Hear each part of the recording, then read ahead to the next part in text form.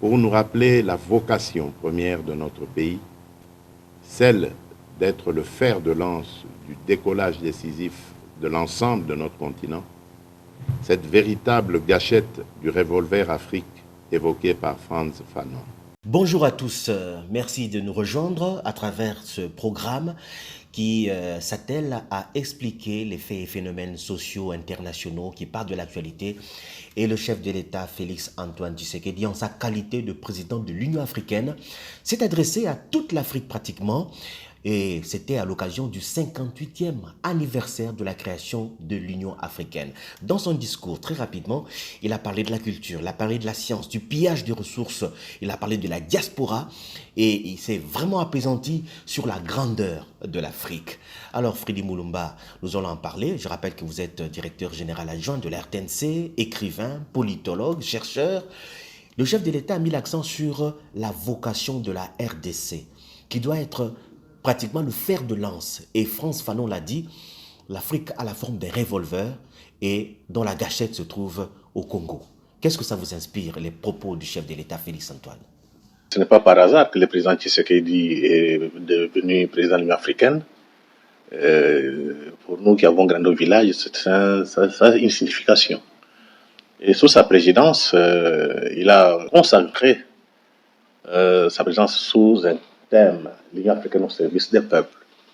C'est la toute première fois dans l'histoire de l'Afrique où un président d'exercice de l'Union africaine parle des peuples. Généralement, c'est au niveau économique, au niveau politique, au niveau des États et des gouvernements. Cette fois-ci, les peuples africains doivent avoir leur place. Et le président Tshisekedi, en parlant de la vocation de l'RDC, c'est pour dire aux Congolais, on n'a pas eu la chance de connaître l'Afrique. Lumumba est mort trop tôt, alors qu'il portait le projet panafricain. Et Lumumba, à Kinshasa, lors d'une conférence panafricaine, il avait dit clairement, l'avenir de l'Afrique se joue au Congo. Sans l'Afrique, il n'y a pas de Congo. Sans le Congo, il n'y a pas d'Afrique. Et je pense que le président Tshisekedi est conscient de cela. Donc, le Congo, par rapport à sa taille, par rapport à sa culture, par rapport à sa position géostratégique, le Congo a un rôle très, très, très important.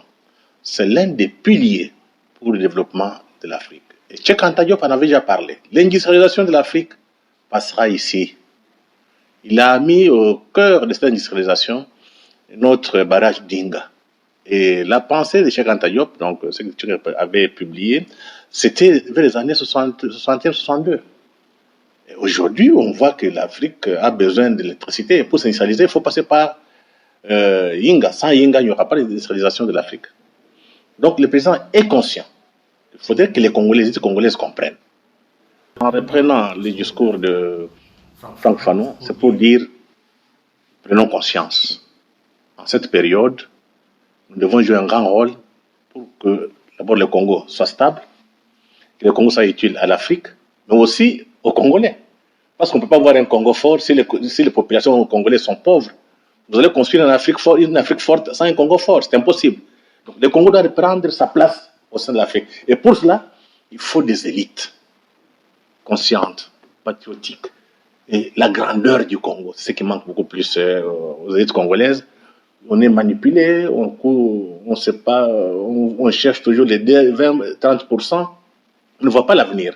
Donc, en rappelant la vocation du Congo, le chef de l'État, Félix Antoine Tshisekedi, a voulu dire, nous avons une mission, c'est celle de développer l'Afrique. On n'a pas d'autre choix.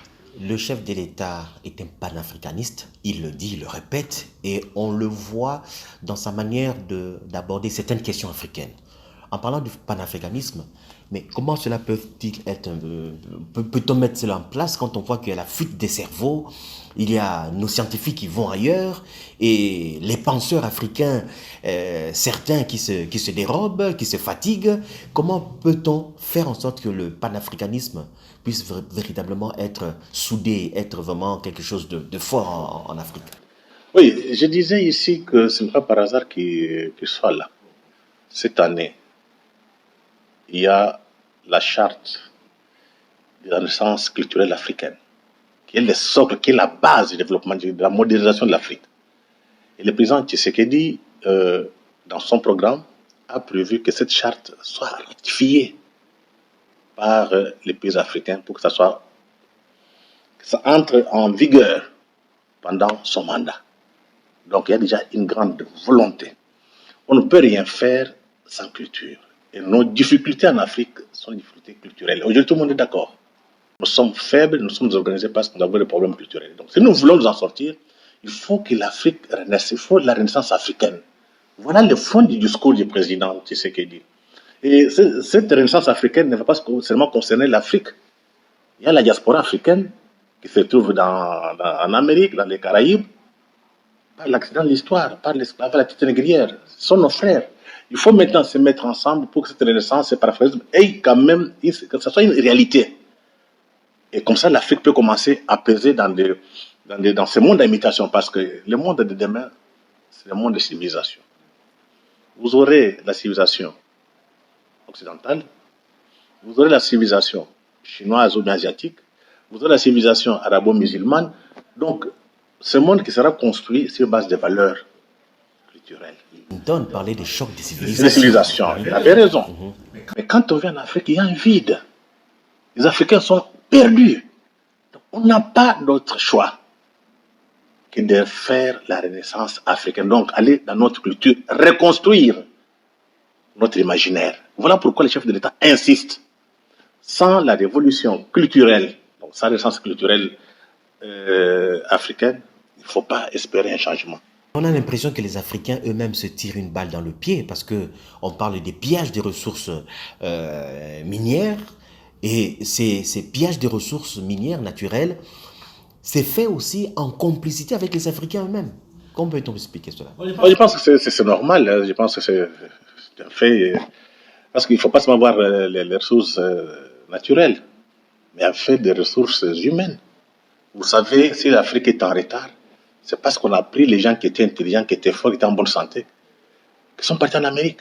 On a laissé en Afrique des malades et des vieillards. Toute la jeunesse africaine a été envoyée dans les champs en Amérique. On a enrichi l'Amérique, l'Afrique s'est appauvrie. Donc c'est au niveau des ressources humaines. Mais ça, c'est pendant l'esclavage des têtes négrières. On a pris les hommes, les plus grands, les plus forts, les plus jeunes, on les a envoyés en Amérique. Maintenant, avec la colonisation, deuxième phase, on nous a pillés, on nous pille jusqu'à aujourd'hui. On prend nos matières premières. L'Afrique, c'est un continent plus riche, mais la population est pauvre. Et les discours qu'elle conçoit à l'extérieur, l'Afrique n'a pas d'avenir, l'Afrique est dans la pauvreté. Donc, il faut changer de paradigme.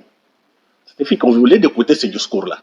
Il faut construire un autre discours qui donne la confiance aux Africains, qui donne la grandeur aux Africains, qui donne l'espoir à la jeunesse que votre destin est dans votre main, vous pouvez construire. Voilà le fond du discours du chef. Donc vous pensez que le changement est possible en Afrique?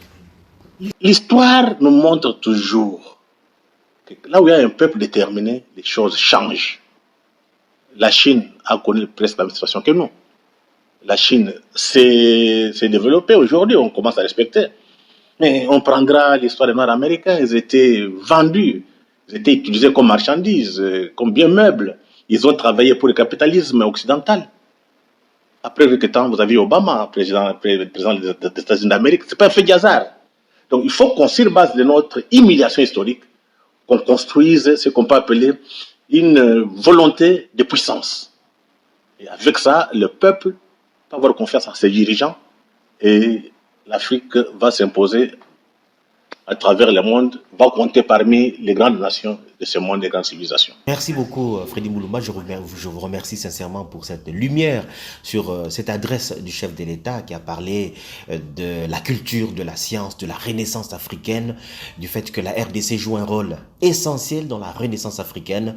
Merci, Freddy Mulumba. Je rappelle que vous êtes directeur général adjoint de la RTNC, politologue, chercheur, écrivain. Merci, à la prochaine.